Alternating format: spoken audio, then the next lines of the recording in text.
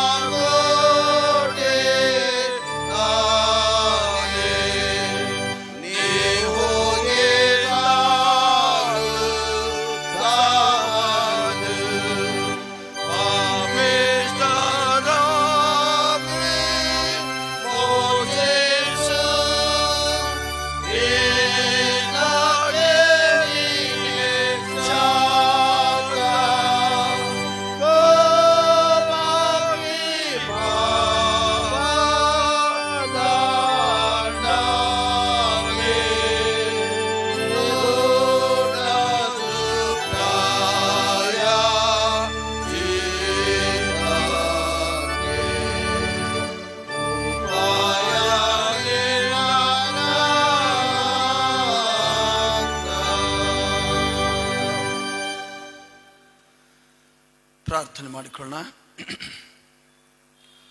ಭೂಮಿ ಆಕಾಶಗಳನ್ನು ನಿರ್ಮಿಸಿ ಅದರಲ್ಲಿ ಮನುಷ್ಯರಾದಂಥ ನಮ್ಮನ್ನು ಸೃಷ್ಟಿಸಿ ಈ ಲೋಕದಲ್ಲಿ ಸ್ವಾಮಿ ನಮ್ಮೆಲ್ಲರನ್ನು ಪ್ರೀತಿಸಿ ಒಂದು ಆತ್ಮವೂ ಸಹ ನಾಶವಾಗಬಾರದು ಎಂಬುದಾಗಿರುವಂಥ ನಿನ್ನ ಮಹಾ ಉದ್ದೇಶದಿಂದ ನಿನ್ನ ಮಗನೂ ನಮ್ಮ ರಕ್ಷಕನೂ ಆಗಿರುವಂಥ ಯೇಸು ಕ್ರಿಸ್ತನನ್ನು ನಮ್ಮೆಲ್ಲರ ಪಾಪದ ಬಿಡುಗಡೆಗೋಸ್ಕರ ಯಜ್ಞದ ಕುರಿಯಾಗಿ, ಯಜ್ಞದ ಪಶುವಾಗಿ ಈ ಲೋಕಕ್ಕೆ ಕಳಿಸಿಕೊಟ್ಟಿರುವಂಥ ನಿನ್ನ ಚಿತ್ತವನ್ನು, ನಿನ್ನ ಉದ್ದೇಶವನ್ನು ನೆನಪು ಮಾಡಿಕೊಂಡು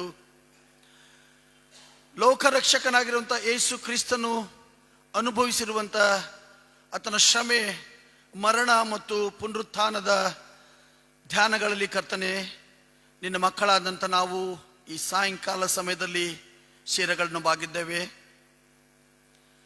ನೀನು ನಮ್ಮೆಲ್ಲರಿಗೆ ಕೊಟ್ಟಿರುವಂಥ ಈ ಸುಂದರವಾದ ಆಲಯಕ್ಕೋಸ್ಕರ ನಿನಗೆ ಸ್ತೋತ್ರವನ್ನು ಸಲ್ಲಿಸುತ್ತಾ, ಕರ್ತನೆ, ನಿನ್ನ ಶ್ರಮ ಧ್ಯಾನಗಳನ್ನು ಧ್ಯಾನಿಸಲು ಬಂದಿರುವಂಥ ನಿನ್ನ ಸಭೆಯನ್ನು ಪರಾಂಬರಿಸು ಎಂಬುದಾಗಿ ನಿನ್ನ ಸನ್ನಿಧಾನದಲ್ಲಿ ಪ್ರಾರ್ಥಿಸೋನಾಗಿದ್ದೇನೆ.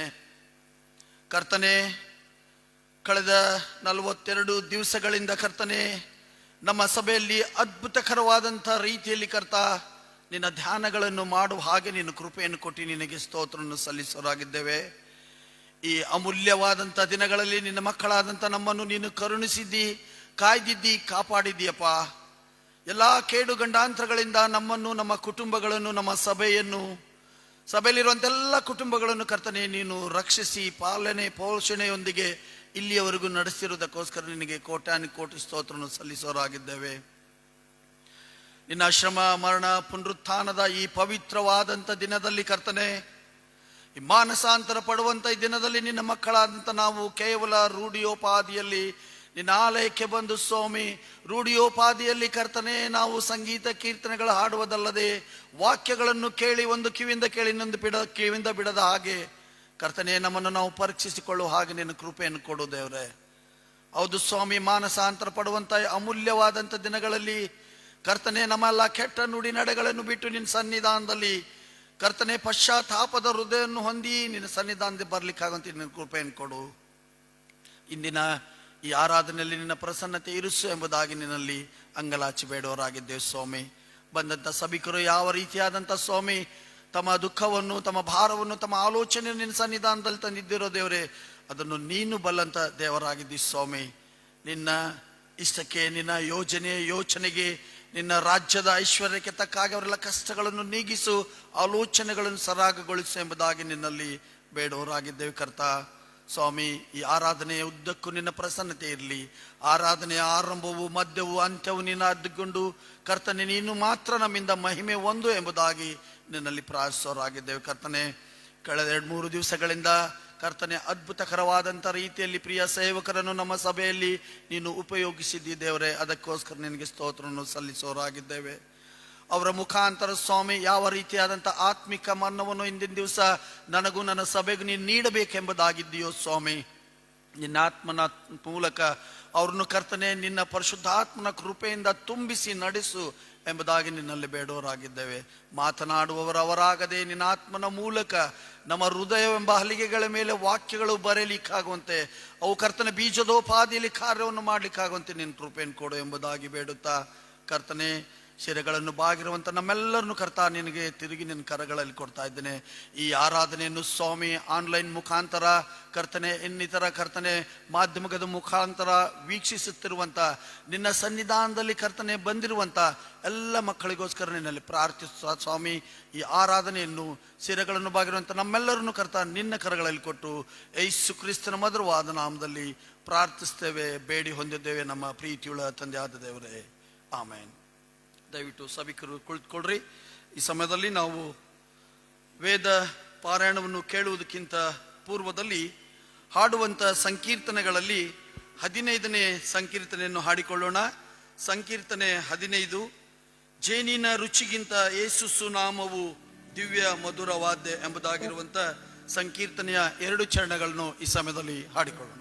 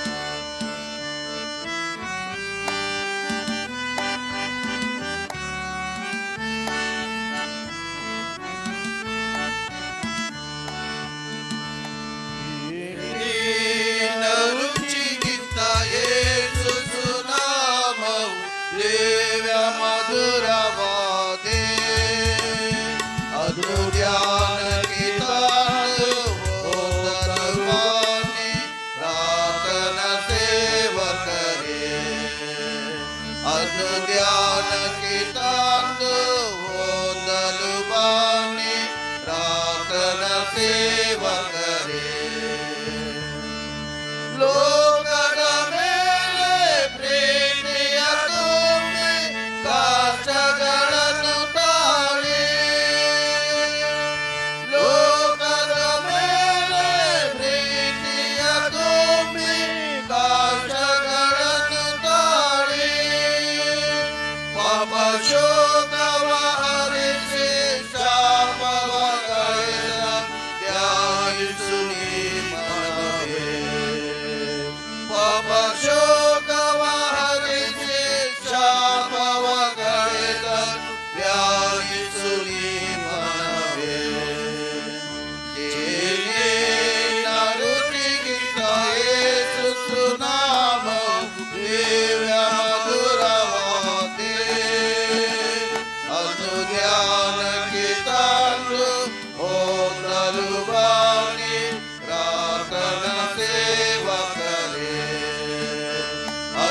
ಧ್ಯಾನಕ್ಕೆ ತಂದು ಓದಲು ಬನ್ನಿ ರಾತನ ಸೇವಕರೇ. ಪಾಪಿಯನುಳಿಸಲು ಹೀಗೆ ತನ್ನ ಪ್ರಾಣವನ್ನೇ ಕೊಟ್ಟ. ಪಾಪಿಯನುಳಿಸಲು ಹೀಗೆ ತನ್ನ ಪ್ರಾಣವನ್ನೇ ಕೊಟ್ಟ.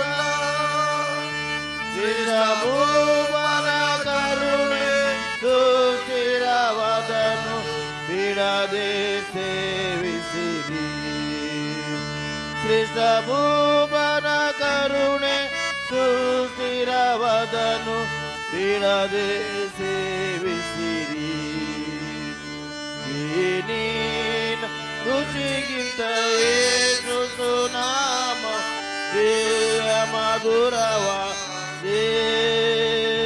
ಅದನ್ನು ಧ್ಯಾನಕ್ಕೆ ತಂದು ಓದಲು ಬನ್ನಿ ರಾಧನ ಸೇವಕರೇ.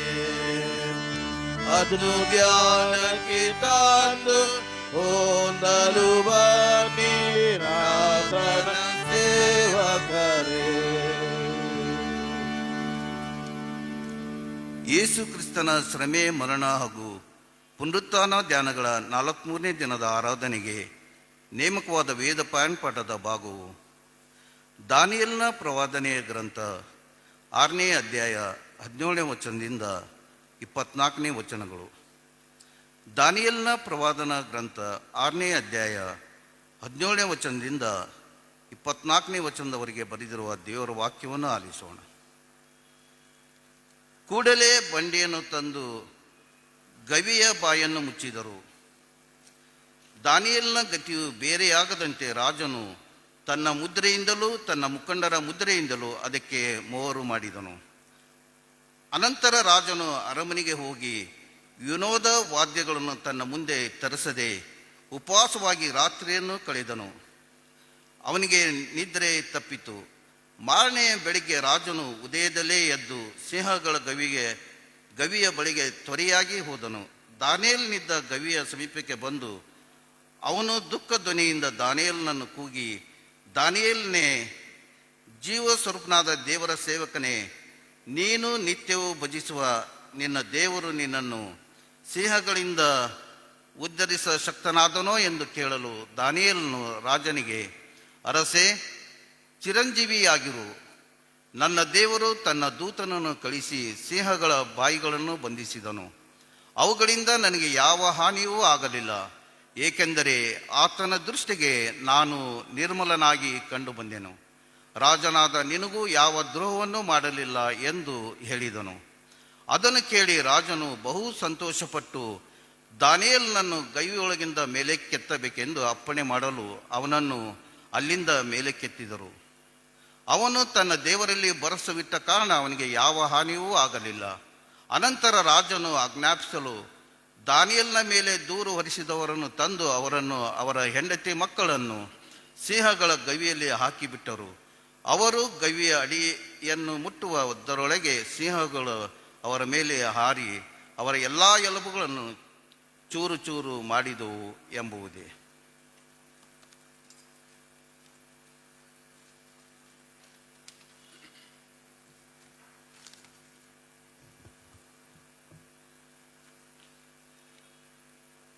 ನಾವು ತಂದಂಥ ನಮ್ಮ ಕಾಣಿಕೆಯನ್ನು ದೇವರಿಗೆ ಸಮರ್ಪಿಸುವಾಗ ಹಾಡುವಂಥ ಸಂಕೀರ್ತನೆಗಳಲ್ಲಿ 100ನೇ ಸಂಕೀರ್ತನೆ 100, ಕಾಣಿಕೆ ಕೂಡಿಸುವುದು ಮುಗಿಯುವವರೆಗೂ ಸಂಗೀತವನ್ನು ಹಾಡಿಕೊಳ್ಳೋಣ. ಸಂಕೀರ್ತನೆ 100. ಯೇಸುವಿನ ನುಡಿಯನ್ನು ಪೀಡಿ ನರನೆ ಪರಸುಖವ ಕೊಡುವ ಗುರು.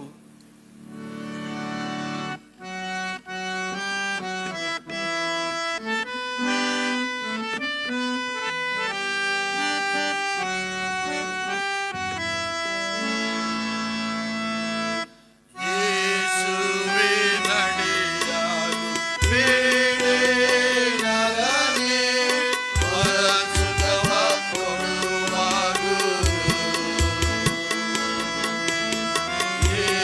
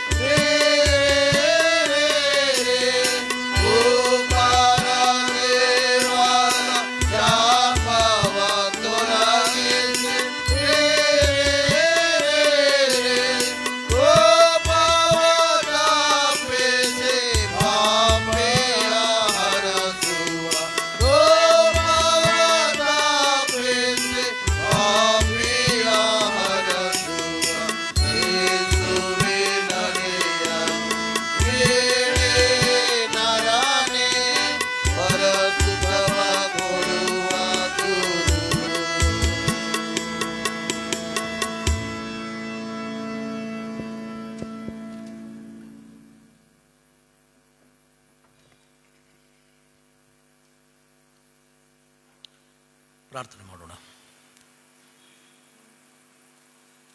ದೇವರೇ,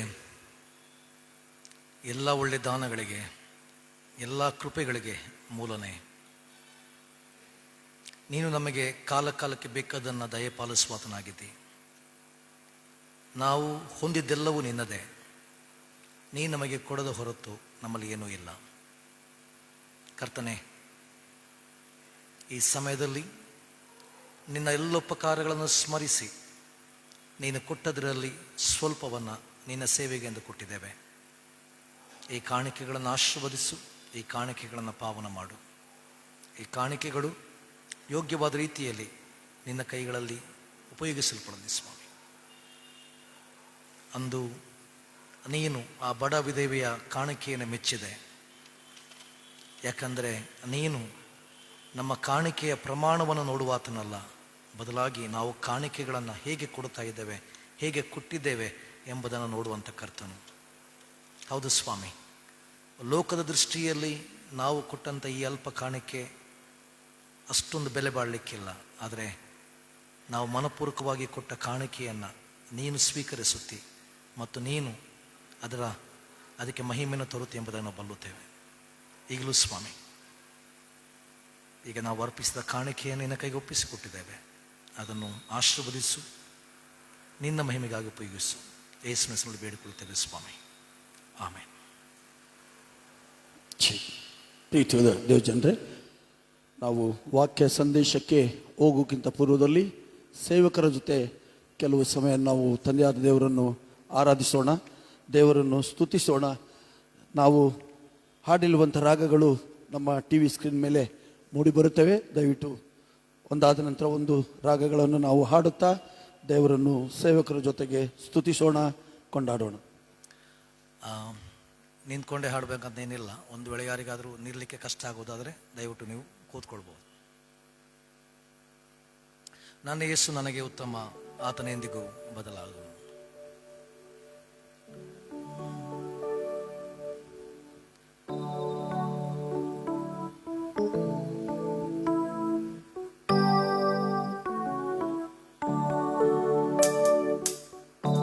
ನನ್ನ ಯೇಸು ನನಗೆ ಉತ್ತಮ, ಆತನೆಂದಿಗೂ ಬದಲಾಗದು. ನನ್ನ ಯೇಸು ನನಗೆ ಉತ್ತಮ, ಆತನೆಂದಿಗೂ ಬದಲಾಗದು. ನಿನ್ನೆಯೂ ಈ ಹೊತ್ತು ನಾಳೆಯೂ ಎಂದಿಗೂ ಆತನೆಂದಿಗೂ ನನ್ನ ಕುರುಬ. ನಿನ್ನೆಯೂ ಈ ಹೊತ್ತು ನಾಳೆಯೂ ಎಂದಿಗೂ ಆತನೆಂದಿಗೂ ನನ್ನ ಕುರುಬ.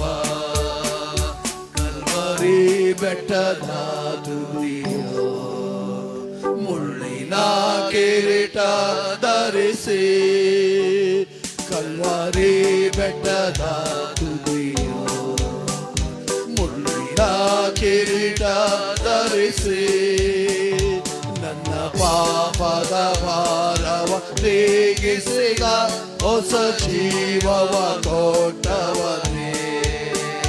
ನನ್ನ ಪಾಪದ ಭಾರವ ನೀಗಿಸಿದ ಹೊಸ ಜೀವವ ಕೊಟ್ಟವನೇ.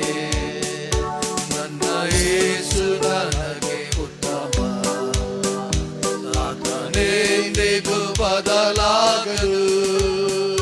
ನನ್ನ ಯೇಸು ನನಗೆ ಉತ್ತಮ, ಆತನೆಂದಿಗೂ ಬದಲಾಗದು. ನಿನ್ನೆಯೂ ಇವತ್ತು ನಾಳೆಯೂ ಎಂದಿಗೂ ಆತನೆಂದಿಗೂ ನನ್ನ ಕುರುಬ. ನಿನ್ನೆಯೂ ಇವತ್ತು ನಾಳೆಯೂ ಎಂದಿಗೂ ಆತನೆಂದಿಗೂ ನನ್ನ ಕುರುಬ. ಆತನೆಯು ಅಂತ್ಯವು, ದಿವ್ಯ ಪ್ರೀತಿಯ ಮೂಲವು. ಆತನೆಯು ಅಂತ್ಯವು, ದಿವ್ಯ ಪ್ರೀತಿಯ ಮೂಲವು. 10,000ರಲ್ಲಿ ಅತಿ ಶ್ರೇಷ್ಠನು, ಸ್ತುತಿ ಸ್ತೋತ್ರಕ್ಕೆ ಯೋಗ್ಯನು. 10,000 ಸಾವಿರರಲ್ಲಿ ಅತಿ ಶ್ರೇಷ್ಠನು, ಸ್ತುತಿ ಸ್ತೋತ್ರಕ್ಕೆ ಯೋಗ್ಯನು. ನನ್ನ ಯೇಸು ನನಗೆ ಉತ್ತಮ, ಆತನೆಂದಿಗೂ ಬದಲಾಗರು. ನನ್ನ ಯೇಸು ನನಗೆ ಉತ್ತಮ, ಆತನೆಂದಿಗೂ ಬದಲಾಗರು. ನಿನ್ನೆಯೂ ಇವತ್ತು ನಾಳೆಯೂ ಎಂದಿಗೂ ಆತನೆಂದಿಗೂ ನನ್ನ ಕುರುಬ. ನಿನ್ನೆಯೂ ಇವತ್ತು ನಾಳೆಯೂ ಎಂದಿಗೂ ಆತನೆಂದಿಗೂ ನನ್ನ ಕುರುಬ. ನನ್ನ ಸಂಕಟವು ನೀಗಿತು, ಕಣ್ಣೀರೆಲ್ಲವ ಒರೆಸಿದ. ನನ್ನ ಸಂಕಟವು ನೀಗಿತು, ಕಣ್ಣೀರೆಲ್ಲವ ಒರೆಸಿದ. ಭಕ್ತರಾಜನಾಗಿ ತೋರಲ್ಪಡುವಾಗ ನಾನು ಆತನಂತೆ ಆಗುವೆನು. ಭಕ್ತರಾಜನಾಗಿ ತೋರಲ್ಪಡುವಾಗ ನಾನು ಆತನಂತೆ ಆಗುವೆನು. ನನ್ನ ಯೇಸು ನನಗೆ ಉತ್ತಮ, ಆತನೆಂದಿಗೂ ಬದಲಾಗದು. ನನ್ನ ಯೇಸು ನನಗೆ ಉತ್ತಮ, ಆತನೆಂದಿಗೂ ಬದಲಾಗದು. ನಿನ್ನೆಯೂ ಇವತ್ತು ನಾಳೆಯೂ ಎಂದಿಗೂ ಆತನೆಂದಿಗೂ ನನ್ನ ಕುರುಬ. ನಿನ್ನೆಯೂ ಇವತ್ತು ನಾಳೆಯೂ ಎಂದಿಗೂ ಆತನೆಂದಿಗೂ ನನ್ನ ಕುರುಬ. ನಾವು ಶ್ರಮ ಕಾಲದಲ್ಲಿದ್ದೇವೆ. ಈ ಸಮಯದಲ್ಲಿ ನಮಗೋಸ್ಕರ ಶಿಲುಬೆಯಲ್ಲಿ ಮರಣಪಟ್ಟಂತ ಕ್ರಿಸ್ತನನ್ನು ನಾವು ಆರಾಧಿಸೋಣ. ಜೈ ಜೈ ಪ್ರಭು ಯೇಸುಕಿ ಎಂಬ ಸಂಗೀತವನ್ನು ಹಾಡೋಣ.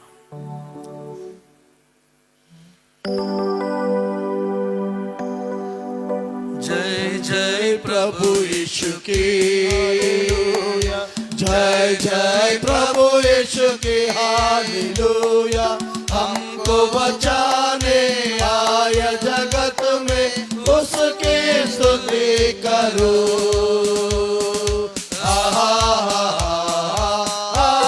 हालेलुया. ओ साना ला ला ला ला ला ला. हालेलुया में खून की धारा बहती सूली से, जिसमें धुले सब पाप. डोलो तुम भी अपने दिलों को, उसमें रहे नाता. खून की धारा बहती सूली से, जिसमें धुले सब पाप. डोलो तुम भी अपने दिलों को, उसमें रहे नाता. जय जय प्रभु यीशु की, हालेलुया. जय जय प्रभु यीशु की, हालेलुया. हमको बचाने आए जगत में, उसके स्तुति करो.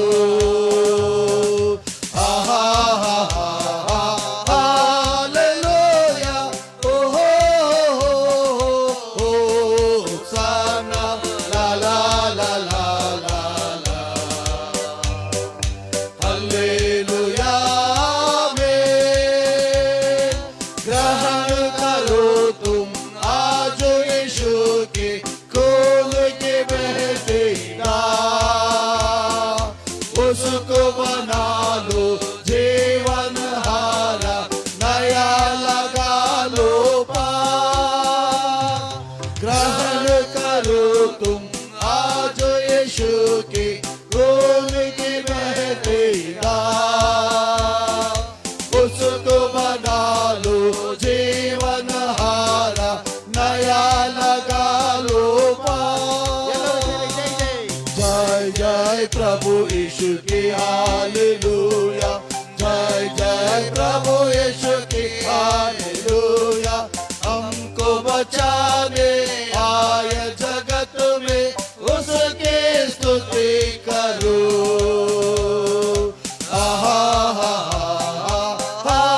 हालेलुया, ओ होसाना, ला ला ला ला ला ला। हालेलुया में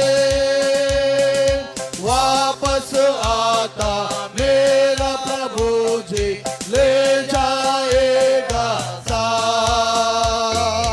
आशा मेरी अब तो यही है, चलो तुम मेरे साथ। वापस आता मेरा प्रभु जी, ले जाएगा साथ।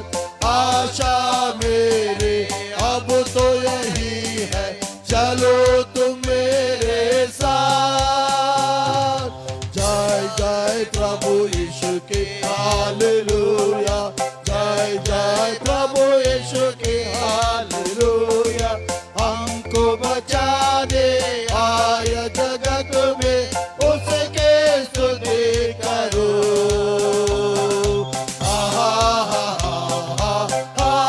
हालेलुया, ओ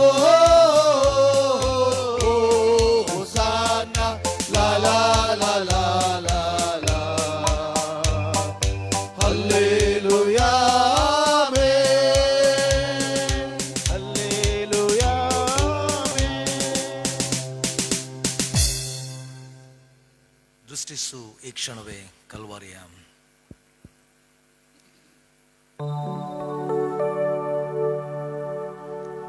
ದೃಷ್ಟಿಸು ಈ ಕ್ಷಣವೇ ಕಲ್ವಾರಿಯ. ಪ್ರಿಯ ಪ್ರಭು ನಿನಗಾಗಿ ನಿಂತೆ ಹಾನು, ಶ್ರೇಷ್ಠ ರಕ್ಷಣೆ ಕೊಡುವ ಯೇಸು.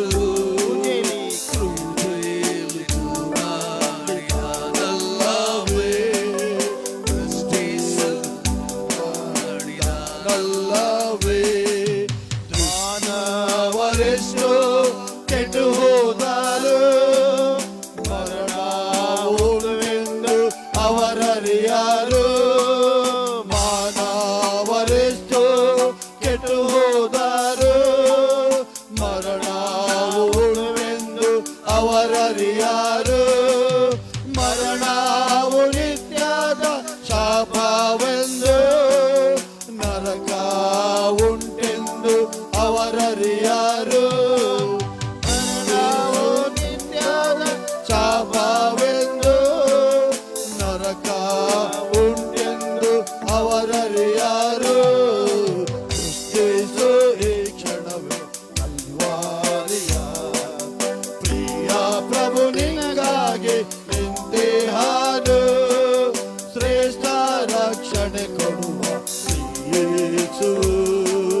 ಕ್ರೂಜೇಲಿ ತೂಗಾಡಿದರಲ್ಲವೇ, ಕ್ರೂಜೇಲಿ ತೂಗಾಡಿದರಲ್ಲವೇ. ನನ್ನನ್ನು ಧನವಂತನಾಗ ಮಾಡ, ದಾರಿದ್ರನಾಗಲು ನಂಬಿಸುವು. ನನ್ನನ್ನು ಧನವಂತನಾಗಿ ಮಾಡ, ದಾರಿದ್ರನಾಗಲು ನಂಬಿಸುವು. ಪಾಪಿಗಳಿಗಾಗಿ ರಕ್ತ ಸುರಿದ, ಅಂಗೀಕರಿಸು ಶ್ರೀ ಯೇಸುವನ್ನು. ಪಾಪಿಗಳಿಗಾಗಿ ರಕ್ತ ಸುರಿದ, ಅಂಗೀಕರಿಸು ಶ್ರೀ ಯೇಸುವನ್ನು. ಯೇಸು ಈ ಕ್ಷಣವೇ ಕಲ್ವಾರಿಯ.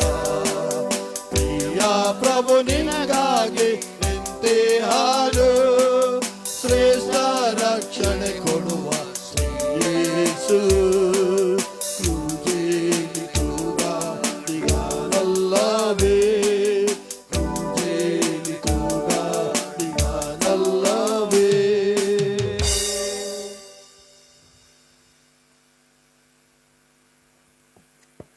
ಪ್ರಾರ್ಥನೆ ಮಾಡೋಣ. ಪ್ರೀತಿಯುಳ್ಳ ಸ್ವಾಮಿ,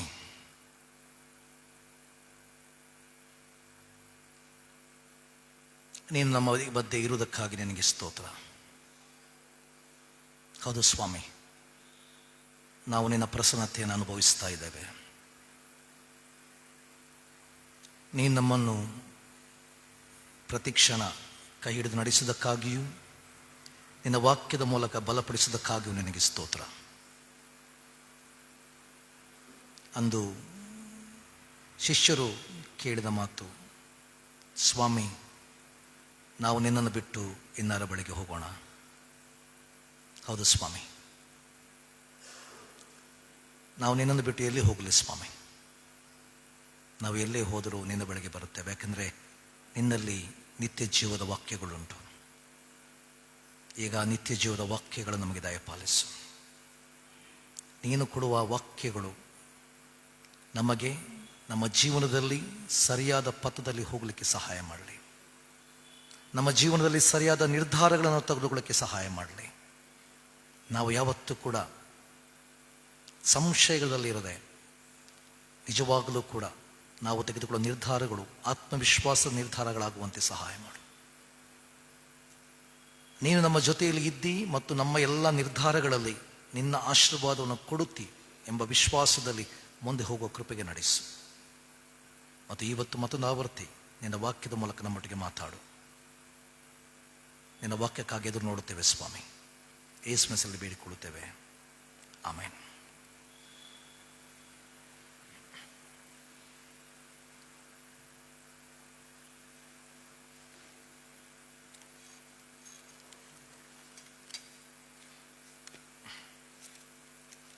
ಸ್ವಲ್ಪ ಹೊತ್ತಿನ ಧ್ಯಾನಕ್ಕಾಗಿ ನಮ್ಮ ಮುಂದಿರುವಂಥ ದೇವರ ವಾಕ್ಯದ ಮಾತು, ಅದು ಮತ್ತಾಯನ ಬರೆದ ಸುವಾರ್ತೆ 27ನೇ ಅಧ್ಯಾಯ ಅದರ 11ನೇ ವಚನದಿಂದ 26ನೇ ವಚನದವರೆಗೆ. ಮತ್ತಾಯನ ಬರೆದ ಸುವಾರ್ತೆ 27ನೇ ಅಧ್ಯಾಯ ಅದರ 11ನೇ ವಚನದಿಂದ 26ನೇ ವಚನದವರೆಗೆ. ಅಲ್ಲಿ ಈ ರೀತಿ ಬರೆಯಲ್ಪಟ್ಟಿದೆ: ಯೇಸು ದೇಶಾಧಿಪತಿಯ ಮುಂದೆ ನಿಂತಿರುವಾಗ ದೇಶಾಧಿಪತಿಯು ಆತನನ್ನು, ನೀನು ಯೆಹೂದ್ಯರ ಅರಸನು ಹೌದೋ ಎಂದು ಕೇಳಿದನು. ಯೇಸು, ನೀನೇ ಹೇಳಿದ್ದಿ ಅಂದನು. ಮತ್ತು ಮಹಾಯಾಜಕರು ಹಿರಿಯರು ಆತನ ಮೇಲೆ ದೂರು ಹೇಳುತ್ತಿರುವಾಗ ಆತನು ಏನೂ ಉತ್ತರ ಕೊಡಲಿಲ್ಲ. ಆಗ ಪಿಲಾತನು ಆತನನ್ನು, ಇವರು ನಿನ್ನ ಮೇಲೆ ಎಷ್ಟು ಸಾಕ್ಷಿ ಹೇಳುತ್ತಾರೆ, ನೀನು ಕೇಳುವುದಿಲ್ಲವೋ ಎಂದು ಕೇಳಿದನು. ಆತನು ಅವನಿಗೆ ಒಂದು ಮಾತಿಗಾದರೂ ಉತ್ತರ ಕೊಡಲಿಲ್ಲ. ಅದನ್ನು ನೋಡಿ ದೇಶಾಧಿಪತಿಯು ಬಹಳ ಆಶ್ಚರ್ಯಪಟ್ಟನು.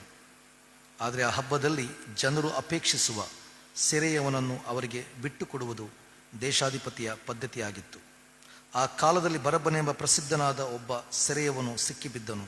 ಹೀಗಿರಲಾಗಿ ಅವರು ಕೂಡಿ ಬಂದ ಸಮಯದಲ್ಲಿ ಪಿಲಾತನು ಹೊಟ್ಟೆ ಕಿಚ್ಚಿನಿಂದ ಆತನನ್ನು ಒಪ್ಪಿಸಿಕೊಟ್ಟಿದ್ದಾರೆಂದು ತಿಳಿದು, ನಿಮಗೆ ಯಾರನ್ನು ಬಿಟ್ಟು ಕೊಡಬೇಕೆನ್ನುತ್ತೀರಿ, ಬರಬ್ಬನನ್ನು, ಕ್ರಿಸ್ತನೆನಿಸಿಕೊಳ್ಳುವ ಯೇಸುವನ್ನು ಎಂದು ಅವರನ್ನು ಕೇಳಿದನು.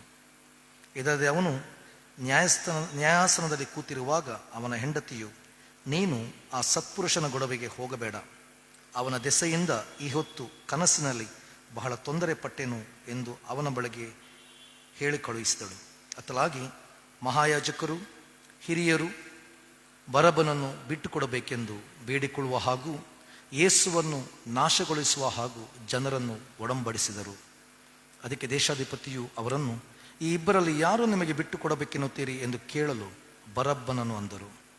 ಪಿಲಾತನು ಅವರನ್ನು, ಹಾಗಾದರೆ ಕ್ರಿಸ್ತನೆನಿಸಿಕೊಳ್ಳುವ ಯೇಸುವನ್ನು ನಾನೇನು ಮಾಡಲಿ ಎಂದು ಕೇಳಲು ಎಲ್ಲರೂ ಅವನನ್ನು ಶಿಲುಬೆಗೆ ಹಾಕಿಸು ಅಂದರು. ಅದಕ್ಕವನು, ಯಾಕೆ, ಕೆಟ್ಟದ್ದೇನು ಮಾಡಿದನು ಅಂದರು. ಆದರೆ ಅವರು ಅವನನ್ನು ಶಿಲುಬೆಗೆ ಹಾಕಿಸು ಎಂದು ಬಹಳವಾಗಿ ಆರ್ಭಟಿಸಿದರು. ಆಗ ಪಿಲಾತನು ತನ್ನ ಯತ್ನ ನಡೆಯುವುದಿಲ್ಲ, ಗದ್ದಲ ಮಾತ್ರ ಹೆಚ್ಚಾಗುತ್ತದೆ ಎಂದು ತಿಳಿದು ನೀರು ತಕ್ಕೊಂಡು ಜನರ ಮುಂದೆ ಕೈ ತೊಳಕೊಂಡು, ಈ ಪುರುಷನನ್ನು ಕೊಲ್ಲಿಸಿದ್ದಕ್ಕೆ ನಾನು ಸೇರಿದವನಲ್ಲ, ನೀವೇ ನೋಡಿಕೊಳ್ಳಿರಿ ಅನ್ನಲಾಗಿ ಜನರೆಲ್ಲ ಅವನನ್ನು ಕೊಲ್ಲಿಸಿದ್ದಕ್ಕೆ ನಾವು ನಮ್ಮ ಮಕ್ಕಳು ಉತ್ತರ ಕೊಡುತ್ತೇವೆ ಅಂದರು. ಆಗ ಬರಬ್ಬನನ್ನು ಅವರಿಗೆ ಬಿಟ್ಟುಕೊಟ್ಟು ಯೇಸುವನ್ನು ಕೊರಡೆಗಳಿಂದ ಹೊಡಿಸಿ ಶಿಲುಬೆಗೆ ಹಾಕುವುದಕ್ಕೆ ಒಪ್ಪಿಸಿದನು. ಕರ್ತನಲ್ಲಿ ಪ್ರೀತಿಯುಳ್ಳ ದೇವಜನರೇ,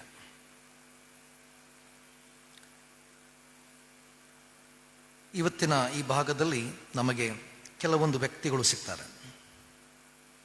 ಈ ವ್ಯಕ್ತಿಗಳನ್ನು ಮುಂದಿಟ್ಟುಕೊಂಡು ಇವತ್ತಿನ ಧ್ಯಾನವನ್ನು ಮಾಡಲಿಕ್ಕೆ ಪ್ರಯತ್ನ ಪಡುವ. ಮೊದಲನೇದಾಗಿ ನಿರಪರಾಧಿಯಾದಂಥ ಯೇಸು. ನಿರಪರಾಧಿಯಾದಂಥ ಯೇಸು. ಇಡೀ ಪ್ಯಾಸೇಜನ್ನು ನೀವು ಓದಿದರೆ ಮತ್ತಾಯ ಮತ್ತೆ ಮತ್ತೆ ನಮಗೆ ಒತ್ತಿ ಹೇಳುವುದೇನಂತ ಹೇಳಿದ್ರೆ, ಯೇಸು ಏನಾಗಿದ್ದ? ನಿರಪರಾಧಿ ಆಗಿದ್ದ. ಎಲ್ಲಿಯವರೆಗೆ ಅಂತ ಹೇಳಿದ್ರೆ, ನ್ಯಾಯಾಸನದ ಮುಂದೆ ನಿಂತಾಗಲೂ, ಜನರು ಆತನ ಮೇಲೆ ದೂರುಗಳನ್ನು ಹೊರಿಸುವಾಗಲೂ ನ್ಯಾಯಾಧಿಪತಿಗೆ ಈತನಲ್ಲಿ ಯಾವುದೇ ತಪ್ಪುಗಳು ಕಾಣಲಿಲ್ಲ, ಅಥವಾ ಅವನ ನಿರ್ದೋಷಿಯಾಗಿ ಕಾಣಲ್ಪಟ್ಟನು. ಹಾಗಾದ್ರೆ ನಿರ್ದೋಷಿಯಾಗಿ ಇದ್ದಂಥ ಯೇಸು ಯಾಕೆ ಈ ಸಮಯದಲ್ಲಿ ನ್ಯಾಯಾಧಿಪತಿಯ ಮುಂದೆ ಇದ್ದಾನೆ? ಯಾವ ಕಾರಣಕ್ಕಾಗಿ ಆತನನ್ನು ಜನರು ಶಿಲುಬೆಗೆ ಹಾಕಿಸು ಎಂಬುದಾಗಿ ಕೂಗ್ತಾ ಇದ್ದಾರೆ? ಅಥವಾ ಯೇಸು ಆವತ್ತಿನ ದಿನದಲ್ಲಿ ಜನರ ರೊಚ್ಚಿಗೆ ಬಿಸಲಿಕ್ಕೆ ಮಾಡಿದ ವಿಚಾರಗಳಾದರೂ ಏನು? ಸ್ವಲ್ಪ ಆಲೋಚನೆ ಮಾಡಿ. ಯಾರು ಈ ಜನರು? ಯೇಸುವನ್ನು ಶಿಲುಬೆಗೆ ಹಾಕಿಸು ಎಂಬುದಾಗಿ ಹೇಳುತ್ತಿರುವ ಜನರು ಯಾರು? ಖಂಡಿತವಾಗಲೂ ಗಲಿಲಾಯದವರಂತೂ ಆಗಲಿಕ್ಕಿಲ್ಲ. ಯಾಕಂತ ಹೇಳಿದ್ರೆ, ಗಲಿಲಾಯದವರು ಒಂದು ವೇಳೆ ಅಲ್ಲಿ ಇರಲಿಕ್ಕೆ ಸಾಧ್ಯವೂ ಇಲ್ಲ. ಯಾಕಂತ ಹೇಳಿದ್ರೆ, ಪಿಲಾತನ ಏನು ಕೋರ್ಟ್ನ ಆವರಣ ಇದೆ, ಅಲ್ಲಿ ಅಷ್ಟು ಜನ ತುಂಬುವಷ್ಟು ಸ್ಥಳ ಇರಲಿಕ್ಕಿಲ್ಲ. ಮತ್ತು ಮಹಾಯಾಜಕರು ಹೇಳಿದ ಹಾಗೆ ಕೇಳಬೇಕಾದ್ರೆ ಇವರು ಯೆಹೂದ್ಯರು. ಎಲ್ಲಿಯವರು? ಯೆರೂಸಲೇಮಿನ ಯೆಹೂದ್ಯರು. ಯೇಸುವನ್ನು ಯೆರೂಸಲೇಮಿಗೆ ಬರುವಾಗ ವೆಲ್ಕಮ್ ಮಾಡಿದವರು, ಸ್ವೀಕಾರ ಮಾಡಿದವರು ಗಲಿಲಾಯದವರು. ಆದರೆ ಇಲ್ಲಿ ಶಿಲುಬೆಗೆ ಹಾಕಿಸು ಎಂಬುದಾಗಿ ಹೇಳುವಂಥ ಜನರು ಗಲಿಲಾಯದವರಲ್ಲ, ಬದಲಾಗಿ ಯೆರೂಸಲೇಮಿನವರು. ಯೆರೂಸಲೇಮಿಗೂ ಗಲಿಲಾಯಕ್ಕೂ ಯಾವಾಗಲೂ ಒಂದು ತಿಕ್ಕಾಟ ಇತ್ತು, ಒಂದು ಘರ್ಷಣೆ. ಯೆರೂಸಲೇಮ್ ಒಂದು ರೀತಿಯಲ್ಲಿ ಆವತ್ತಿನ ದಿನದಲ್ಲಿ ಧಾರ್ಮಿಕವಾದಂಥ ಒಂದು ಸೆಂಟರ್ ಮತ್ತು ಪವರ್ ಸೆಂಟರ್. ಅಲ್ಲಿ ಧಾರ್ಮಿಕ ನಾಯಕರು ಜನರ ಮೇಲೆ ಧರ್ಮವನ್ನು ಅಸ್ತ್ರವಾಗಿಟ್ಟುಕೊಂಡು ಅವರ ಮೇಲೆ ಸಾಕಷ್ಟು ಹೊರೆಗಳನ್ನು ಹಾಕುವಂಥ ಸ್ಥಿತಿಗಳು. ಒಂದು ರೀತಿಯಲ್ಲಿ ಧಾರ್ಮಿಕವಾದ ಶೋಷಣೆಗಳು ನಡೆಯುವಂಥ ಸ್ಥಳ. ಅದೇ ಮಾತ್ರವಲ್ಲ, ರಾಜಕೀಯವಾಗಿ ಕೂಡ ಅವರ ಮೇಲೆ ಶೋಷಣೆಗಳಾಗುವಂಥ ಸ್ಥಳ. ಇಂಥ ಸ್ಥಳದಲ್ಲಿ ಈಗ ಯೇಸುವಿಗೆ ಅಲ್ಲಿ ವಿಚಾರಣೆ ಆಗುವಂಥದ್ದು ಅಥವಾ ಮರಣಗಳು ಆಗುವಂಥದ್ದು. ನೀವು ಗಲಿಲಾಯ ಮತ್ತು ಯೆರೂಸಲೇಮಿನ ಡಿಸ್ಟೆನ್ಸನ್ನು ಸ್ವಲ್ಪ ನೋಡಿದರೆ ಹೆಚ್ಚು ಕಡಿಮೆ, ಎಕ್ಸಾಕ್ಟ್ ಆಗಿ ಅಲ್ಲ, ಹೆಚ್ಚು ಕಡಿಮೆ ಗಲಿಲಾಯಕ್ಕೂ ಯೆರೂಸಲೇಮಿಗೂ ಒಂದು 115ರಿಂದ 120 ಕಿಲೋಮೀಟರ್ನಷ್ಟು ದೂರ ಇದೆ. ಆದ್ದರಿಂದ ಗಲಿಲಾಯದ ಜನರು ಆ 120 ಕಿಲೋಮೀಟರ್ ದೂರದಿಂದ ಅಲ್ಲಿಗೆ ಹೋದವರು ಯೆರೂಸಲೇಮಿನಲ್ಲಿ ನಿಂತುಕೊಂಡು ಗದ್ದಲ ಮಾಡಲಿಕ್ಕೆ ಅಥವಾ ಅಲ್ಲಿ ದಂಗೆ ಏಳಲಿಕ್ಕೆ ಸಾಧ್ಯ ಇಲ್ಲ. ಬದಲಾಗಿ ಅವರು ಈಗ ಯೆರೂಸಲೇಮಲ್ಲಿ ಏನಾಗಿದ್ದಾರೆ? ಅವರು ಇನ್ನೊಂದು ಪ್ರದೇಶದಿಂದ ಬಂದ ಜನರು. ಆ ಸ್ಥಳದಲ್ಲಿ ನಿಂತುಕೊಂಡು ಗದ್ದಲ ಮಾಡಿಕೊಂಡು ದೇಶಾಧಿಪತಿಯನ್ನು ನಿಂತುಕೊಂಡು ಬೇಕಾದ್ರೆ ಅವರು ಖಂಡಿತವಾಗಿಯೂ ಗಲಿಲಾಯದವರಾಗಿರ್ಲಿಕ್ಕಿಲ್ಲ. ಬರೀ ಎಲ್ಲಿರಬೇಕು? ಯೆರೂಸಲೇಮಿನ ಜನರು. ಯೆರೂಸಲೇಮ್ ಸಾಮಾನ್ಯವಾಗಿ ನೋಡಿದರೆ ಧಾರ್ಮಿಕ ಕೇಂದ್ರವಾಗಿದ್ದರಿಂದ ಫರಿಸಾಯರು, ಶಾಸ್ತ್ರಿಗಳು ಇವರೆಲ್ಲರೂ ಕೂಡ ಧಾರ್ಮಿಕ ಬೋಧನೆಯಲ್ಲಿ ಈ ಇಡೀ ಯೆರೂಸಲೇಮನ್ನು ಅವರು ಭಾಳ ಕಂಟ್ರೋಲ್ ಆಗಿ ಇಟ್ಕೊಂಡಿದ್ರು.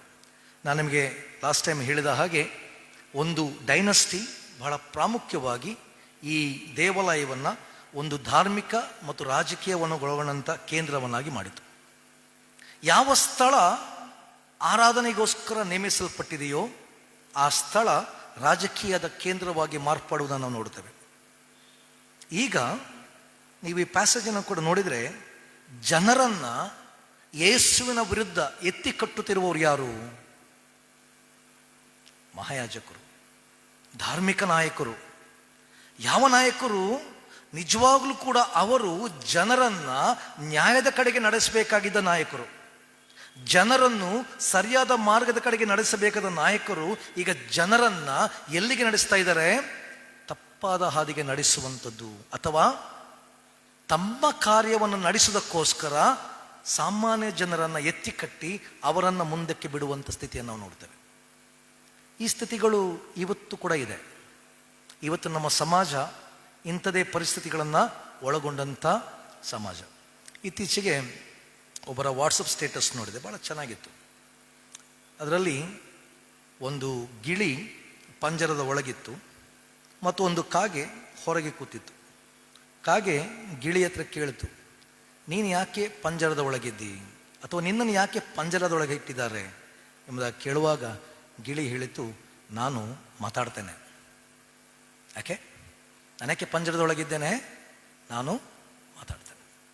ಇವತ್ತಿನ ಈ ಸಮಾಜ ಮಾತಾಡುವವರು ಬೇಡ, ಪ್ರಶ್ನೆ ಕೇಳುವವರು ಬೇಡವೇ ಬೇಡ.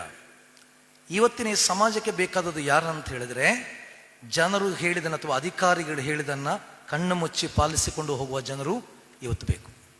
ಅದು ತಪ್ಪ ಇರಲಿ ಸರಿ ಇರಲಿ, ಅದನ್ನು ಪಾಲಿಸಿಕೊಂಡು ಹೋಗುವವರೇ ಬೇಕು ಹೊರತು ಇವತ್ತು ಪ್ರಶ್ನೆ ಮಾಡಿದರೆ ನೀವು ಅದಕ್ಕೇನು ಕೊಡಬೇಕಾಗ್ತದೆ, ಬೆಲೆ ಕೊಡಬೇಕಾಗ್ತದೆ. ಯೇಸು ಕೂಡ ಈಗ ಅಲ್ಲಿ ನ್ಯಾಯಾಧಿಪತಿಯ ಮುಂದೆ ನಿಂತದ್ದು, ನಿರಪರಾಧಿಯಾದಂಥ ವ್ಯಕ್ತಿ ಅಲ್ಲಿ ನಿಂತಿರುವುದು ಯಾವುದಕ್ಕೋಸ್ಕರ? ಜನರ ಪರವಾಗಿ ಪ್ರಶ್ನೆಗಳನ್ನು ಮಾಡಿದ್ದಕ್ಕೆ, ಜನರಿಗಾಗುವ ಅನ್ಯಾಯದ ವಿರುದ್ಧ ಮಾತುಗಳನ್ನು ಆಡಿದ್ದಕ್ಕೆ, ಸಾಮಾನ್ಯವಾದ ಬಡ ಜನರ ಪರವಾಗಿ ಹೋರಾಟ ಮಾಡಿದ್ದಕ್ಕೆ. ನೆನಪಿಟ್ಕೊಳ್ಳಿ. ಅದರಿಂದ ಯೇಸುವನ್ನು ಇವತ್ತು ಆ ಯೆರೂಸಲೇಮಿನ ಜನರು ನಿಂತುಕೊಂಡು ಶಿಲುಬೆಗೆ ಹಾಕಿಸು ಎಂಬುದಾಗಿ ಹೇಳೋದಕ್ಕೆ ಕಾರಣ ಯಾಕಂತ ಹೇಳಿದ್ರೆ, ಯೇಸು ಯಾರ ಪರವಾಗಿದ್ದ? ಗಲಿಲಾಯದ. ಇದಕ್ಕೆ ನೀವು ಸರಿಯಾಗಿ ನೋಡಬೇಕಾದ್ರೆ ಯೋಹನ್ನ ಸುವಾರ್ತೆ ನೋಡಿದ್ರೆ, ಯೋಹನ್ನ ಸುವಾರ್ತೆಯಲ್ಲಿ ಯೇಸು ದೇವಾಲಯವನ್ನು ಶುದ್ಧೀಕರಣ ಮಾಡಿದ ಘಟನೆ ಮೊದಲು ಬರ್ತದೆ, ಕೊನೆಗೆ ಬರುವುದಲ್ಲ. 3 ಸುವಾರ್ತೆಗಳಲ್ಲಿ ಯೇಸು ದೇವಾಲಯನ ಶುದ್ಧ ಮಾಡಿದ ಘಟನೆ ಕೊನೆಗೆ ಬಂದರೆ, ಅಥವಾ ಆತನ ಶ್ರಮೆಯ ಸಂದರ್ಭಕ್ಕೆ ಬಂದರೆ, ನೀವು ಯೋಹನನ ಸುವಾರ್ತೆ ನೋಡಿದರೆ ಆರಂಭದಲ್ಲಿಯೇ ಯೇಸು ದೇವಾಲಯವನ್ನು ಶುದ್ಧ ಮಾಡಿದ ಘಟನೆ ಬರ್ತದೆ. ಓಕೆ, ಆ ದೇವಾಲಯವನ್ನು ಶುದ್ಧ ಮಾಡಿದ ಘಟನೆಯ ನಂತರ ನೀವು ಸರಿಯಾಗಿ ಯೋಹನ್ನ ಸುವಾರ್ತೆ ನೋಡಿದರೆ ಅಲ್ಲಿ ಯೆರೂಸಲೇಮಿನವರು ಯೇಸುವನ್ನು ಯೆರೂಸಲೇಮ್ ಬಿಟ್ಟು ಹೋಗಲಿಕ್ಕೆ ಒತ್ತಾಯ ಮಾಡ್ತಾರೆ, ಅವನನ್ನು ಅಲ್ಲಿಂದ ಓಡಿಸಲಿಕ್ಕೆ ಯೆರೂಸಲೇಮಿನಿಂದ. ಈ ಸಮಯದಲ್ಲಿ ಯೇಸುವನ್ನು ಸ್ವೀಕಾರ ಮಾಡುವವರು, ಯೇಸುವನ್ನು ವೆಲ್ಕಮ್ ಮಾಡಿದವರು ಯಾರು ಅಂತ ಹೇಳಿದ್ರೆ ಗಲಿಲಾಯದವರು. ಯಾಕಂತ ಹೇಳಿದ್ರೆ ಯೇಸು ಅಲ್ಲಿ ಶುದ್ಧೀಕರಣ ಮಾಡಿದ್ದು, ಯೇಸು ಅಲ್ಲಿ ನ್ಯಾಯದ ಪರವಾಗಿ ಮಾತಾಡಿದ್ದು ಯಾರ ಪರವಾಗಿ? ಗಲಿಲಾಯದಂಥ ಬಡ ಜನರ ಪರವಾಗಿ. ಆದ್ರಿಂದ ಆ ಬಡವರು ಈಗ ಏನು ಮಾಡ್ತಾರೆ? ಯೇಸುವನ್ನ ತಮ್ಮ ಬಳಿಗೆ ಬರಮಾಡಿಕೊಳ್ಳುತ್ತಾರೆ ಎಂಬುದಾಗಿ ಯೋಹಾನ ಬರೀತಾನೆ. ಹೌದು, ಯಾಕಂತ ಹೇಳಿದ್ರೆ ಯೇಸುವಿನ ಧೋರಣೆಗಳು, ಯೇಸುವಿನ ನ್ಯಾಯಪರತೆಯಂಥ ಚಿತ್ರಣಗಳು, ಯೇಸುವಿನ ನ್ಯಾಯಪರದ ಹೋರಾಟಗಳು ಅವನನ್ನು ಇವತ್ತು ಎಲ್ಲಿ ತಂದು ನಿಲ್ಲಿಸಿತು? ದೇಶಾಧಿಪತಿಯ ಮುಂದೆ ನಿಲ್ಲಿಸಿತು. ಆದ್ರಿಂದ ದೇಶಾಧಿಪತಿ ಹೇಳ್ತಾನೆ, ನೀವೆಲ್ಲ ಇಷ್ಟು ದೂರು ಹೇಳಿದರೂ ಕೂಡ ನನಗೆ ನಮ್ಮಲ್ಲಿ ಏನು ಕಾಣುವುದಿಲ್ಲ? ತಪ್ಪು ಕಾಣುವುದಿಲ್ಲ. ಹೌದು, ಒಬ್ಬ ನಿರಪರಾಧಿ ಜನರ ಪರವಾಗಿ ಈಗ ಅಲ್ಲಿ ನಿರ್ದೋಷಿಯಾದಂಥ ಆತನು ಅಲ್ಲಿ ಪಾಪಿಗಳ ಸ್ಥಾನದಲ್ಲಿ ನಿಲ್ಲುವಂಥದ್ದು, ಅಥವಾ ಅಲ್ಲಿ ನ್ಯಾಯಾಸನದ ಮುಂದೆ ನಿಲ್ಲುವಂಥದ್ದು. ಆದರೆ ದೇಶಾಧಿಪತಿಗೆ ಮತ್ತು ಅಲ್ಲಿದ್ದ ಜನರಿಗೆ ಕಷ್ಟ ಆದದ್ದು ಯೇಸುವಿನ ಧೋರಣೆ. ಅಂಥ ಸ್ಥಿತಿಯಲ್ಲಿ ಕೂಡ ಯೇಸು ಏನಾಗಿದ್ದಂತೆ? ಮೌನವಾಗಿದ್ದ. He was silent. ಅವರ ಎಂಥದೇ ಪ್ರಶ್ನೆಗಳಿಗೆ, ಅವರ ಯಾವುದೇ ದೂರುಗಳಿಗೆ ಯೇಸು ಏನು ಕೊಡಲಿಲ್ಲ? ಉತ್ತರಗಳನ್ನು ಕೊಡಲಿಲ್ಲ, ಮೌನವಾಗಿದ್ದ. ಮತ್ತು ಯೇಸುವಿನ ಮೌನ ಅಲ್ಲಿದ್ದ ದೇಶಾಧಿಪತಿಗೂ ಅಲ್ಲಿದ್ದ ಜನರಿಗೆ ಏನು ಮಾಡಿತು? ರೆಸ್ಟ್ಲೆಸ್ ಮಾಡಿತು. ಅವರು ನೆನೆಸಲಿಲ್ಲ ಇಷ್ಟೆಲ್ಲ ಆಗುವಾಗ ಆತನು ಮೌನವಾಗಿರ್ತಾನೆ ಎಂಬುದಾಗಿ. ಆದರೆ ಆತನ ಮೌನ ನಿಜವಾಗಲೂ ಅವರನ್ನು ಏನು ಮಾಡಿತು? ಕರಡಿತು. ನಾವು ಹಳೆ ಮಡಿಕೆಯ ಒಂದು ಪ್ಯಾಸೇಜ್ ಈಗ ತಾನೇ ಓದಿದೆವು. ಅಲ್ಲಿ ಕೂಡ ಒಬ್ಬ ನಿರಪರಾಧಿಯ ಮೇಲೆ ಸುಳ್ಳು ಆರೋಪಗಳು ಬರುವಂಥದ್ದು, ಒಬ್ಬ ನಿರಪರಾಧಿಗೆ ಶಿಕ್ಷೆ ಆಗುವಂಥದ್ದು. ಎಲ್ಲಿಯವರೆಗೆ ಅಂತ ಹೇಳಿದ್ರೆ ಮರಣಕ್ಕೆ ನಡೆಸುವಷ್ಟರ ಮಟ್ಟಿಗೆ ಅವನಿಗೆ ಶಿಕ್ಷೆ ಆಗುವಂಥದ್ದು. ಅಲ್ಲಿ ದಾನಿಯೇಲ ಕೂಡ ತನ್ನ ಮೇಲೆ ದೂರು ಹೊರಿಸಿದ ವಿರುದ್ಧವಾಗಿ ಏನು ಮಾತಾಡುವುದಿಲ್ಲ, ಅಥವಾ ತಾನು ತಪ್ಪು ಮಾಡಲಿಲ್ಲ ಎಂಬುದಾಗಿ ರಾಜನ ಮುಂದೆ ಯಾವುದೇ ರೀತಿಯ ಸಮಜಾಯಿಷಿಕೆ ಕೊಡುವುದಿಲ್ಲ. ಬದಲಾಗಿ ತಾನು ಧೈರ್ಯವಾಗಿ ತನ್ನ ಮುಂದಿರುವ ಸವಾಲನ್ನು ಏನು ಮಾಡ್ತಾನೆ? ಎದುರಿಸ್ತಾನೆ. ನಾನು ನಿನ್ನೆ ನಿಮಗೊಂದು ಮಾತು ಹೇಳಿದೆ, ದೇವರು ನಮ್ಮೊಟ್ಟಿಗಿರುವಾಗ ನಮ್ಮ ಮುಂದೆ ಬರುವಂಥದ್ದು ಎಂಥದೇ ಪರಿಸ್ಥಿತಿಯನ್ನು ಎದುರಿಸಲಿಕ್ಕೆ ನಮಗೆ ಏನು ಸಿಗ್ತದೆ? ಶಕ್ತಿ ಸಿಗ್ತದೆ. Whatever may be. ಹಾಗಂತೇಳಿ ಈ ಲೋಕದಲ್ಲಿ ನಮಗೆ ಕಷ್ಟ ಇಲ್ಲ, ಮರಣ ಇಲ್ಲ ಅಂತಲ್ಲ. ಹೌದು, ಮರಣ ಸಹಜ. ಬಟ್ ನಾವು ಈ ಲೋಕದ ಮರಣಕ್ಕೆ ಭಯಪಡುವ ವ್ಯಕ್ತಿಗಳು ಅಲ್ಲ. ನಾನು 3 ವರ್ಷದ ಹಿಂದೆ ಬಂದಾಗ ಇಲ್ಲಿ ನಿಮಗೆ ಇದೇ ಪ್ರಶ್ನೆಯನ್ನು ಕೇಳಿದೆ. ನೆನಪಿಲ್ಲದ್ರೆ ಈಗ ಮತ್ತೆ ಪುನಃ ಕೇಳ್ತೇನೆ. ನೀವು ಹೆಚ್ಚಂದ್ರೆ ಎಷ್ಟು ವರ್ಷ ಬದುಕ್ತೀರಿ?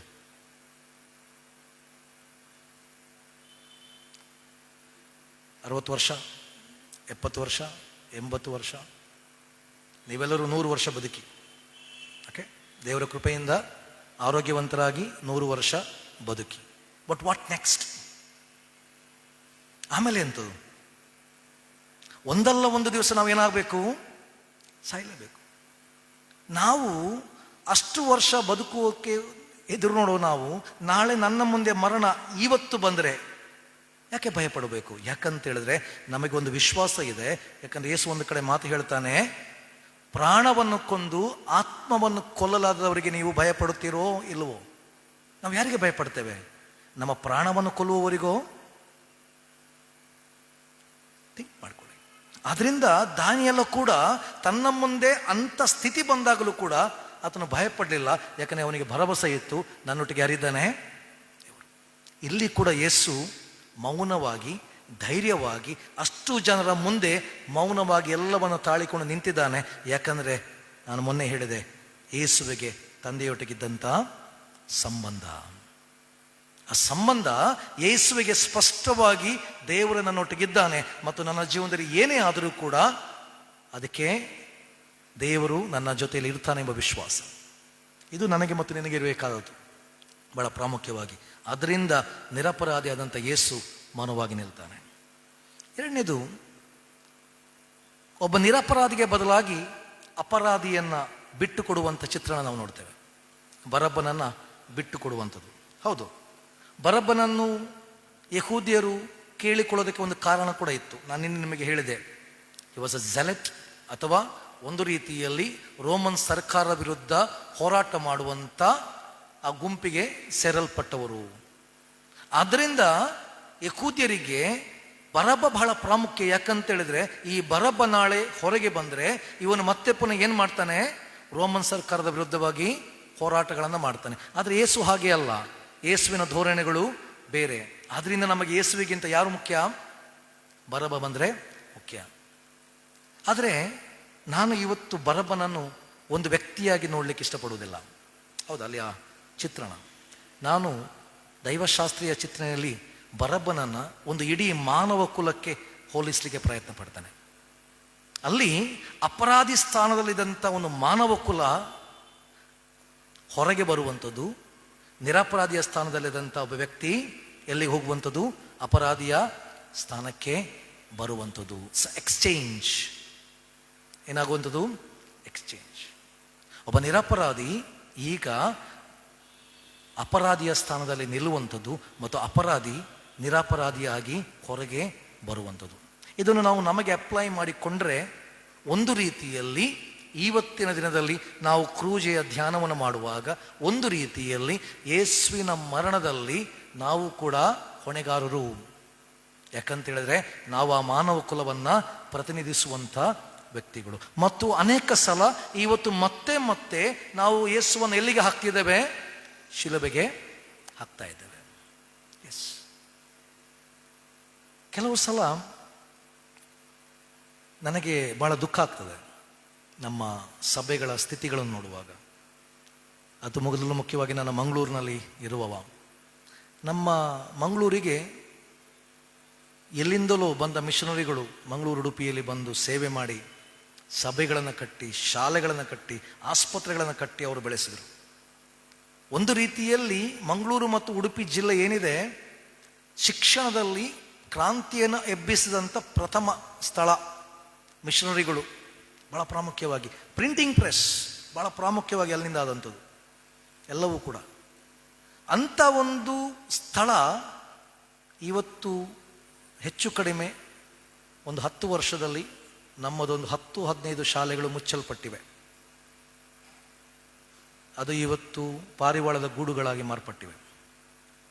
ಮಿಷನರಿಗಳು ಯಾವತ್ತೂ ಒಂದು ಕಷ್ಟಪಟ್ಟು ಕಟ್ಟಿದಂಥ ಶಾಲೆಗಳು ಮುಚ್ಚಲ್ಪಟ್ಟ ಸ್ಥಿತಿಯಲ್ಲಿದೆ. ಒಂದು ಶಾಲೆಯನ್ನಂತೂ ಹೋಟೆಲ್ ಮಾಡಿಬಿಟ್ಟಿದ್ದಾರೆ. ಯಾರಿಗೋ ಹೋಟೆಲ್ಗೆ ಮಾಡಿಕೊಟ್ಟವನು ಹೋಟೆಲ್ ನಡೆಸ್ತಿದ್ದಾನೆ, ಆ ಸ್ಥಿತಿಗೆ ಬಂದುಬಿಟ್ಟಿದೆ. ಎಸ್, ನಿನ್ನೆ ನಾನು ಮಾತಾಡ್ತಿದ್ದೆ ನಿಮ್ಮ ಸಭೆಯ ಎಲ್ಲರೊಟ್ಟಿಗೆ. ಮಂಗಳೂರಲ್ಲಿ ಈಗ ಆ್ಯಕ್ಚುಲಿ ಎಜುಕೇಷನ್ ಸಿಸ್ಟಮನ್ನು ಸ್ಟಾರ್ಟ್ ಮಾಡಿದವರು ಬಾಸಲ್ ಮಿಷನರಿಗಳು, ಕ್ರೈಸ್ತರು. ಆದರೆ ಇವತ್ತು ನೀವು ನೋಡಿದರೆ ಅಲ್ಲಿ ಎಜುಕೇಷನಲ್ಲಿ ಟಾಪ್ ಇರುವವರು ಕ್ರೈಸ್ತರಲ್ಲ, ರೋಮನ್ ಕ್ಯಾಥಲಿಕ್ಸ್ ಇದ್ದಾರೆ, ಪ್ರೊಟೆಸ್ಟೆಂಟ್ಸ್ ಅಲ್ಲ. ಆ್ಯಕ್ಚುಲಿ ಹೇಳಿದರೆ ಪ್ರೊಟೆಸ್ಟೆಂಟ್ ನಮ್ಮ ಏನು CSI ಸಭೆ ಇದೆ ಮಂಗಳೂರಲ್ಲಿ, ನಮಗೆ ನಮ್ಮದೇ ಆದಂಥ ಒಂದು ಶಾಲೆ ಕೂಡ ಇಲ್ಲ. ಒಂದು ಸೇರಿ ಒಂದು ಅಲ್ಲಿ ಉಡುಪಿಯಲ್ಲಿ ಒಂದು ಹೈಸ್ಕೂಲ್ ಬಿಟ್ಟರೆ ಮಂಗಳೂರಲ್ಲಿ ಇಲ್ಲ. ಮರ್ಚೆಂಟ್ಸ್ಗಳು ಯಾರು? ಯಾನೋಪಾಯ, ಕಣಚೂರು, ಇವರೆಲ್ಲ ಯಾರು? ಇವರು ಎಜುಕೇಷನ್ ಸಿಸ್ಟಮ್ನವರೇ ಅಲ್ಲ, ಇವರೆಲ್ಲ ಮರದ ವ್ಯಾಪಾರಸ್ಥರು. ಈ ಮರದ ವ್ಯಾಪಾರಸ್ಥರು ಇವತ್ತು ಏನಾಗಿದ್ದಾರೆ, ಅಲ್ಲಿ ಎಜುಕೇಷನ್ ಸಿಸ್ಟಮನ್ನು ಬೆಳೆಸಿದ್ದಾರೆ. ಯಾರು ಎಜುಕೇಷನ್ ತಂದು ಕಟ್ಟಿದ್ದೇವೋ ನಾವಿವತ್ತು ಕೈ ಕಟ್ಟಿ ಕೂತಿದ್ದೇವೆ. ಅದಕ್ಕೆ ಕಾರಣ ಏನು? ಬಾಸಲ್ ಮಿಷನ್ CSI ಎಂಬ ಜಗಳ, ಕೋರ್ಟ್ ಕೇಸುಗಳು. ಇನ್ನೂ 30-40 ವರ್ಷಗಳಾಗಿದೆ, ಹೆಚ್ಚು ಆಗಿದೆ, ಇನ್ನೂ ಕೇಸುಗಳು ನಿಲ್ತಾ ಇಲ್ಲ. ಅಷ್ಟು ಮಾತ್ರ ಅಲ್ಲ, ಒಂದು ಸಲ ಸುಪ್ರೀಂ ಕೋರ್ಟಲ್ಲಿ ಇದಕ್ಕೆ ಕೇಸು, ಒಂದು ಸಲ ಒಬ್ಬ ಲಾಯರ್, ಅಲ್ಲಿ ಸುಪ್ರೀಂ ಕೋರ್ಟ್ ಲಾಯರ್ ಹೋಗಿ ಅಲ್ಲಿ ವಾದ ಮಾಡೋದಲ್ಲ, ಖಾಲಿ ಡೇಟ್ ತಗೊಳ್ಳಿಕ್ಕೆ, ಸುಪ್ರೀಂ ಕೋರ್ಟಲ್ಲಿ ಡೇಟ್ ತಗೊಳ್ಳಿಕ್ಕೆ ಅವನಿಗೆ 15-20 ಲಕ್ಷ ಬೇಕು. ಆ ಡೇಟಿಗೆ ಕೇಸ್ ಬಂದರೂ ಬರ್ಬೋದು, ಬಾರದೇನೂ ಹೋಗ್ಬೋದು. ಬಂದರೂ ಬಾರದಿದ್ರು you have to pay 20 lakhs. ಯಾರ ಹಣ ಹೋಗುವಂಥದ್ದು? ನಾವು ಪರಸ್ಪರ ಜಗಳ ಮಾಡಿಕೊಂಡು ಜನರ ಮುಂದೆ, ಬೇರೆಯವರ ಮುಂದೆ ಇವತ್ತೇನಾಗಿದ್ದೇವೆ, ನಾವು ನಮ್ಮನ್ನು ಬಯಸಿಕೊಳ್ಳುವ ಸ್ಥಿತಿಯಲ್ಲಿ ನಾವಿದ್ದೇವೆ. ಎಸ್, ನಾವು ಅನೇಕ ಸಲ ನನಗೆ ಅನಿಸ್ತದೆ ನಾವು ಮತ್ತೆ ಮತ್ತೆ ಯೇಸುವನ್ನು ಕ್ರೂಚಿಗೆ ಹಾಕುವ ಸ್ಥಿತಿಯಲ್ಲಿ ನಾವಿದ್ದೇವೆ. ನಿರಪರಾಧಿ ಅಪರಾಧಿಯ ಸ್ಥಾನವನ್ನು ವಹಿಸುವಂಥದ್ದು. ಇನ್ನು ಮುಂದಕ್ಕೆ ಅಲ್ಲಿ ನೋಡಿದರೆ ಅಲ್ಲಿರುವಂಥ ಬೇರೆ ಜನರು ನಾವು ನೋಡಿದರೆ ಅಲ್ಲಿರುವಂಥ ಮಹಾಯಾಜಕರು ಮತ್ತು ಶಾಸ್ತ್ರಿಗಳು, ಇವರು ಯಾಕೆ ಯೇಸುವಿನ ಮೇಲೆ ಅಷ್ಟು ದ್ವೇಷವನ್ನು ಇಟ್ಕೊಂಡ್ರು? ಇವರಿಗೂ ಯೇಸುವಿಗೂ ಮಧ್ಯೆ ಯಾವಾಗಲೂ ತಿಕ್ಕಾಟ ನಡೆದೋದು ಯಾಕೆ? ಕೇವಲ ಧಾರ್ಮಿಕ ವಿಚಾರವೋ ಇರಬಹುದು ಕೆಲವೊಂದು ವಿಚಾರಗಳಲ್ಲಿ, ಆದರೆ ಅದಕ್ಕಿಂತ ಮುಖ್ಯವಾದದ್ದು ಯಾವುದಂತ ಹೇಳಿದ್ರೆ ಅಧಿಕಾರದ ಕೇಂದ್ರಗಳು.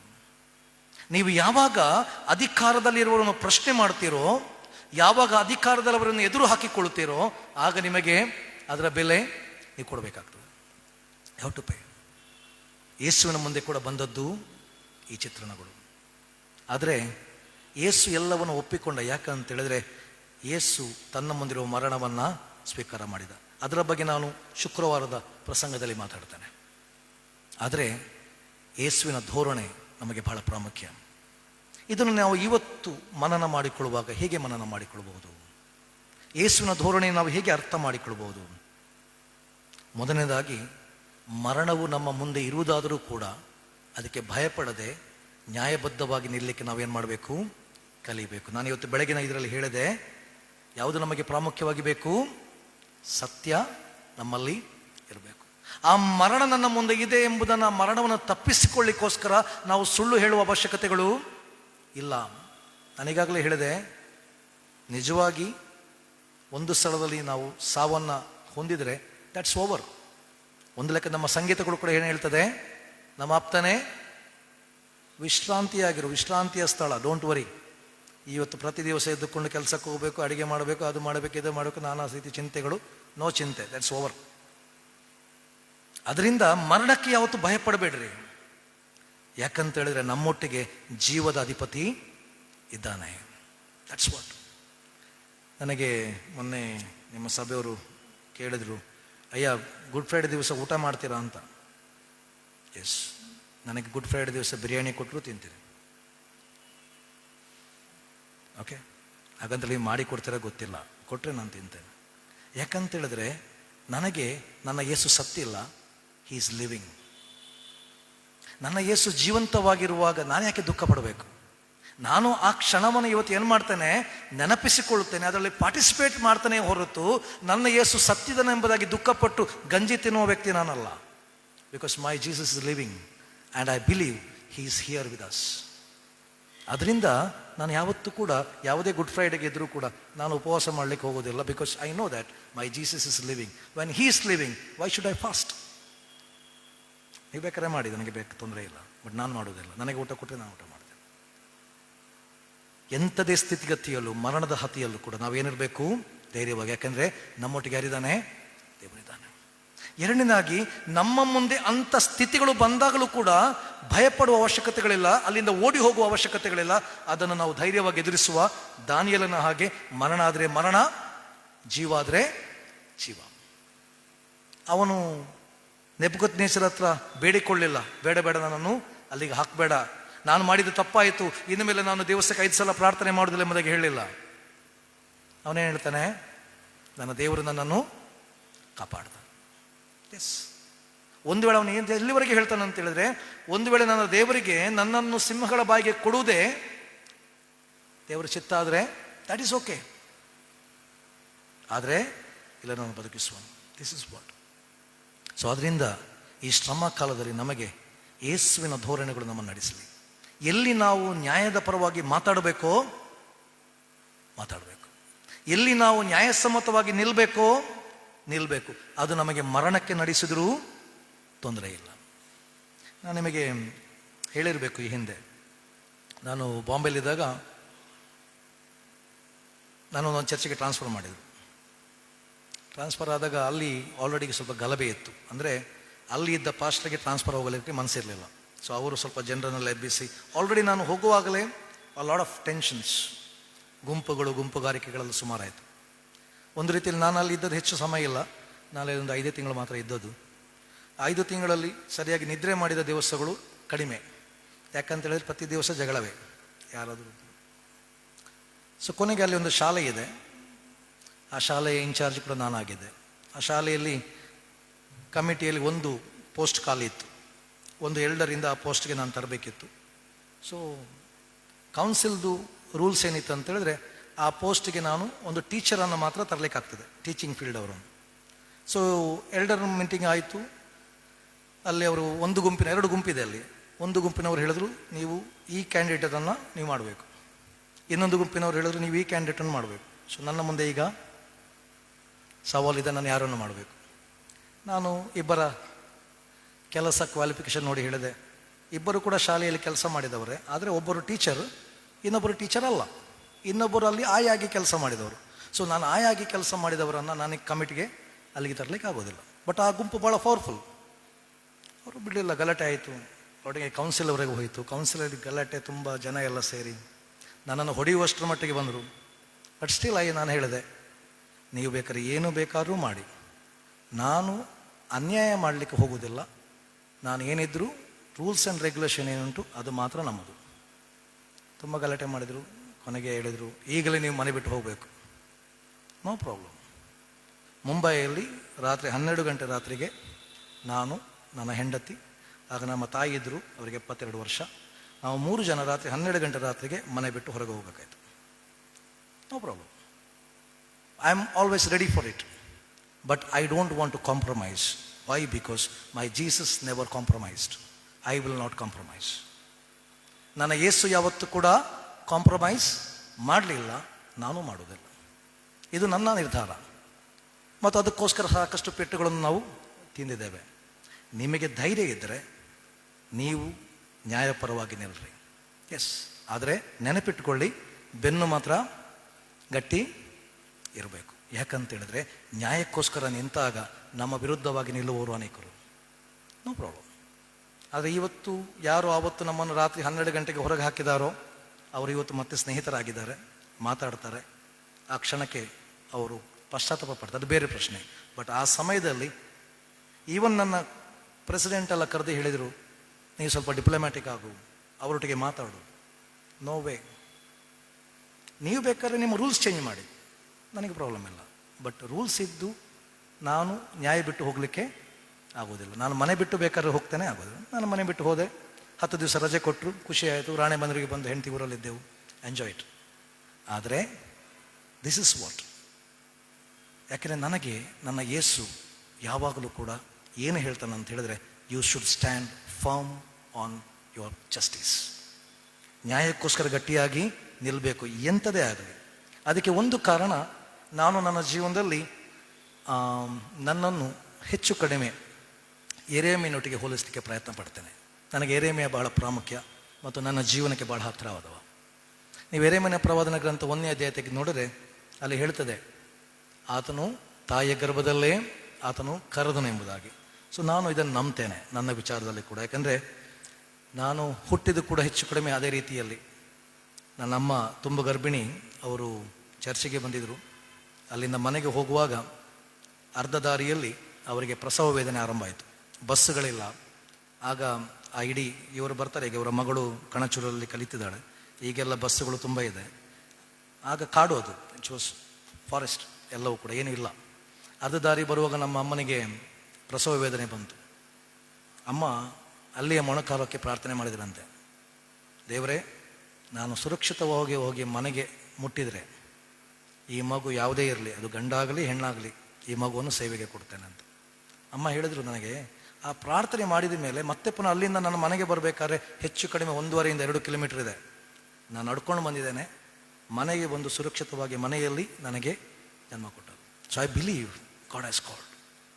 ಅಷ್ಟು ಮಾತ್ರ ಅಲ್ಲ, ನೀವು ಯೆರೆಮೀಯನ ಗ್ರಂಥ 1ನೇ ವಚನ ಓದಿರಿ, ಅಲ್ಲಿ ಹೇಳ್ತದೆ, ನಿನ್ನನ್ನು ನಾನು ಯಾವುದಕ್ಕೋಸ್ಕರ ಇಟ್ಟಿದ್ದೇನೆ?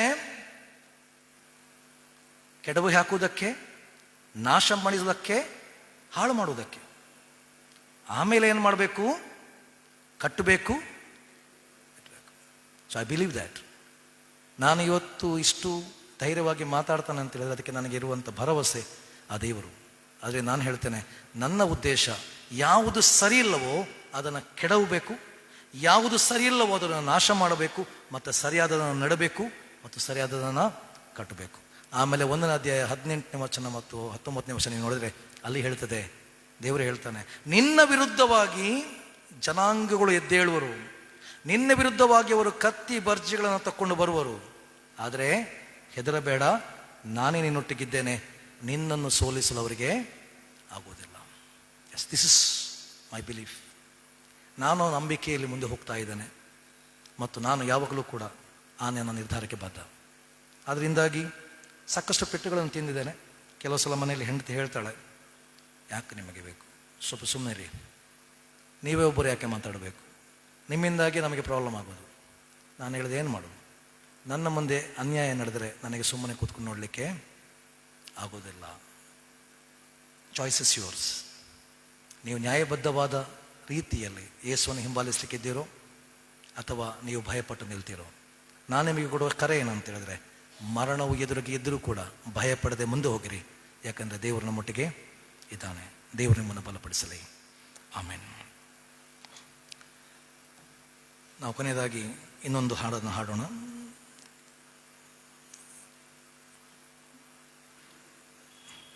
ಸ್ಕ್ರೀನಲ್ಲಿ ಬರ್ತದೆ ಗೊತ್ತಿಲ್ಲ. ದೂರ ದೇಶದಲ್ಲಿ ಕ್ರೂಜೆಯ ಮೇಲೆ.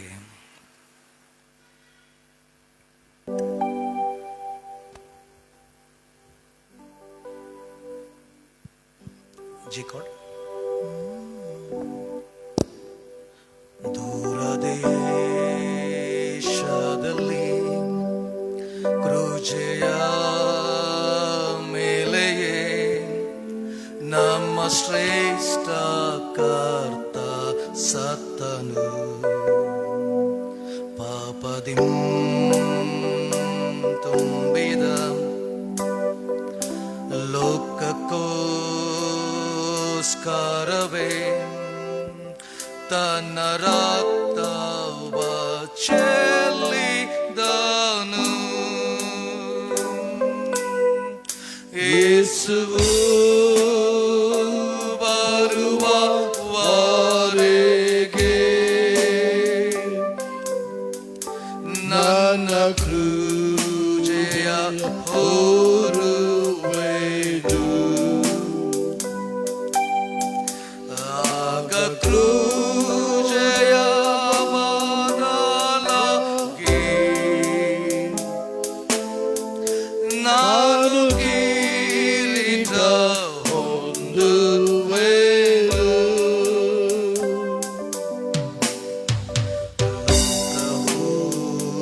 ಕ್ರೂಜೆಯ ತಿರಸ್ಕರಿಸುತ್ತೆ, ಆದಾಗ್ಯೂ ನನಗೆ ಚಂದದು ದೇವರ ಕುರಿಯು ಮೇಲುಗವ ಬಿಟ್ಟು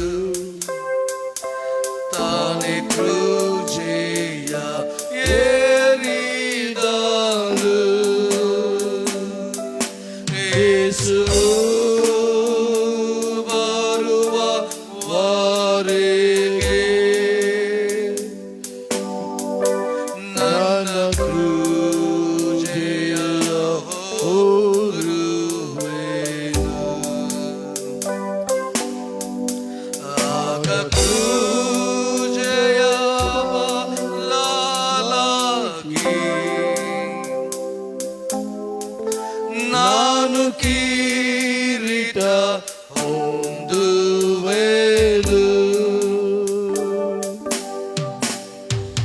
ಕ್ರೂಜೆಯ ತಾಳಿದ ಯೇಸು ಕ್ರಿಸ್ತನಿಗಾಗಿ ಅಪಮಾನವ ತಾಳುವೆನು. ಕಡೆಗೆ ಕರ್ತನ ಅಪ್ಪಣೆ ಕೈಕೊಂಡು ನಾನು ಸ್ವರ್ಗಕ್ಕೆ ಸೇರುವೆನು. ಯೇಸುವು ಬರುವವರೆಗೆ ನನ್ನ ಕ್ರೂಜೆಯ ಹೊರುವೆನು. ಆಗ ಕ್ರೂಜೆಯ ಬದಲಾಗಿ ನಾನು ಕಿರೀಟ ಹೊಂದುವೆನು.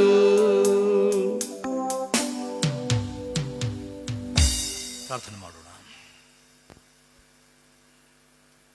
ಸ್ವಾಮಿ, ನೀನು ನಿರಪರಾಧಿಯಾಗಿದ್ರು ಅಪರಾಧಿಯ ಸ್ಥಾನವನ್ನು ಹೊಂದಿದೆ. ನಿನ್ನ ಸತ್ಯ, ನಿನ್ನ ನ್ಯಾಯ ನಿನ್ನನ್ನು ಮರಣದ ಹಾದಿಗೆ ನಡೆಸಿತು. ನಿನ್ನ ನ್ಯಾಯಪರವಾದ ಜೀವನ ಅದು ಆವತ್ತಿನ ಅಧಿಕಾರಿಗಳ ದೃಷ್ಟಿಯಲ್ಲಿ ಅಮಾನ್ಯವಾದದ್ದು, ಅವರಿಗೆ ವಿರುದ್ಧವಾದದ್ದು ಆಗಿ ತೋರಿತು. ಆದರೆ ಸ್ವಾಮಿ, ನೀನು ಮಾತ್ರ ಎಲ್ಲವನ್ನ ಮೌನವಾಗಿ ಸಹಿಸಿಕೊಂಡೆ. ನಿನ್ನ ಮೇಲೆ ಬಂದ ಅಪಾದನೆಗಳು, ನೋವುಗಳು, ಕಷ್ಟಗಳು ಎಲ್ಲವನ್ನು ಕೂಡ ಸಹಿಸಿಕೊಂಡೆ. ನಮಗೋಸ್ಕರ ಅಪರಾಧಿಯ ಸ್ಥಾನದಲ್ಲಿ ನೀನು ನಿಂತುಕೊಂಡೆ ಸ್ವಾಮಿ. ಹೌದು ಸ್ವಾಮಿ, ನೀನು ಬರುವವರೆಗೆ ನಮ್ಮ ಕ್ರೂಜೆಯನ್ನು ಹೊತ್ತುಕೊಂಡು ನಿನ್ನ ಮುಂದೆ ಬರಲಿಕ್ಕೆ ನಮಗೆ ಸಹಾಯ ಮಾಡು. ಮತ್ತು ನೀನು ಬರುವಾಗ ನಾವು ಆ ಮಹಿಮೆಯ ಕಿರೀಟವನ್ನು ಹೊಂದುವಂತೆ ನಮಗೆ ಕೃಪೆ ಕೊಡು. ನಮ್ಮ ಜೀವನದಲ್ಲಿ ನಾವು ನ್ಯಾಯಪರತೆಯಿಂದ, ಸತ್ಯದಿಂದ ಕೂಡಿದವರಾಗಿ ಎಲ್ಲ ಸಮಯಗಳಲ್ಲಿ, ಎಂಥದೇ ಸ್ಥಿತಿಗತಿಗಳಲ್ಲಿ, ಮರಣವು ನಮ್ಮನ್ನು ಅಲ್ಲಿ ನಿಂತಿದೆ ಎಂಬ ಆ ಹಂತದಲ್ಲಿ ಕೂಡ ಭಯಪಡದೆ ಧೈರ್ಯವಾಗಿ ನಿಂತು ನನ್ನ ಯೇಸು ನನ್ನೊಟ್ಟಿಗಿದ್ದಾನೆ ಎಂಬ ವಿಶ್ವಾಸದಲ್ಲಿ ಮುಂದೆ ಹೋಗಲಿಕ್ಕೆ ಸಹಾಯ ಮಾಡು ಸ್ವಾಮಿ. ನೀನು ಕೊಟ್ಟ ಕರೆಗಾಗಿ ಸ್ತೋತ್ರ. ನಿನ್ನ ವಾಕ್ಯಕ್ಕಾಗಿ, ನಿನ್ನ ಕರೆಗಾಗಿ ನಾವು ನಿನಗೆ ಸ್ತೋತ್ರ ಹೇಳುತ್ತಾ ನಮ್ಮನ್ನು ನಿನಗೆ ಒಪ್ಪಿಸ್ತೇವೆ. ಆಮೇನ್.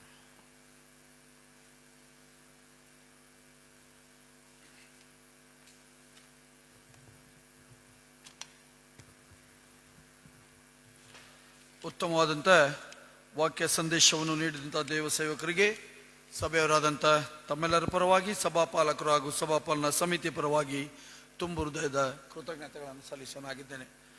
ಕೊನೆಯದಾಗಿ ನಾವು ಹಾಡುವಂಥ ಸಂಗೀತಗಳಲ್ಲಿ 83ನೇ ಸಂಗೀತವನ್ನು ಹಾಡಿಕೊಳ್ಳೋಣ. ಸಂಗೀತ 83. ನಾನೊಂದು ತೀರ್ಥ ಬಲ್ಲೆನು, ಆ ತೀರ್ಥದಿಂದಲೇ ಅಮೂಲ್ಯ ಶುದ್ಧ ರಕ್ತವು ಹರಿಯುತ್ತಲಿರುತ್ತೆ. 1ನೇ ಚರಣ, 3ನೇ ಚರಣ ಹಾಗೂ 5ನೇ ಚರಣಗಳನ್ನು ಮಾತ್ರ ಹಾಡಿಕೊಳ್ಳೋಣ. ಸಂಗೀತ 83.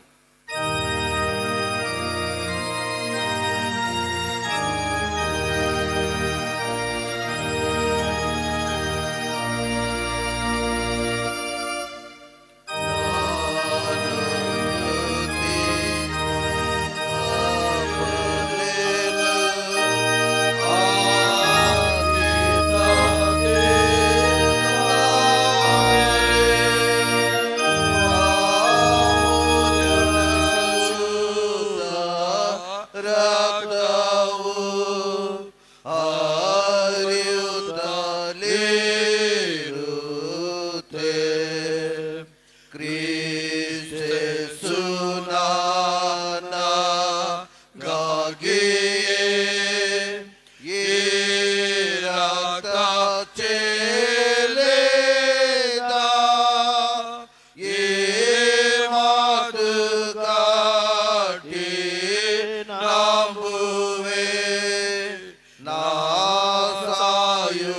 ಪಾನಕ ಕ್ರಿಸ್ತೆ ಸುರಕ್ತದೊಳಗೆ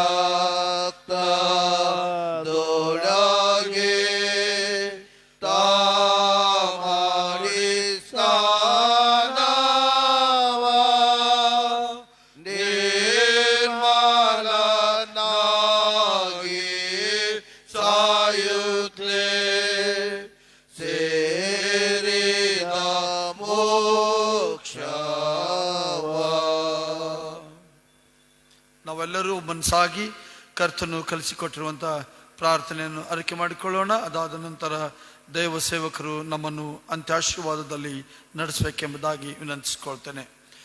ಪರಲೋಕದಲ್ಲಿರುವ ನಮ್ಮ ತಂದೆಯೇ, ನಿನ್ನ ನಾಮವು ಪರಿಶುದ್ಧವೆಂದೆಣಿಸಲ್ಪಡಲಿ, ನಿನ್ನ ರಾಜ್ಯವು ಬರಲಿ, ನಿನ್ನ ಚಿತ್ತವು ಪರಲೋಕದಲ್ಲಿ ನೆರವೇರುವ ಪ್ರಕಾರ ಭೂಲೋಕದಲ್ಲಿಯೂ ನೆರವೇರಲಿ. ನಮ್ಮ ಅನುದಿನದ ಆಹಾರವನ್ನು ಈ ಹೊತ್ತು ನಮಗೆ ದಯಪಾಲಿಸು. ನಮಗೆ ತಪ್ಪು ಮಾಡಿದವರನ್ನು ನಾವು ಕ್ಷಮಿಸುವಂತೆ ನಮ್ಮ ತಪ್ಪುಗಳನ್ನು ಕ್ಷಮಿಸು. ನಮ್ಮನ್ನು ಶೋಧನೊಳಗೆ ಸೇರಿಸದೆ ಎಲ್ಲ ಕೇಡಿಂದ ತಪ್ಪಿಸು. ಯಾಕೆಂದರೆ ರಾಜ್ಯವು, ಬಲವು, ಮಹಿಮೆಯು ಸದಾ ಕಾಲಗಳು ನಿನ್ನವೇ ಸ್ವಾಮಿ. ಆಮೇನ್.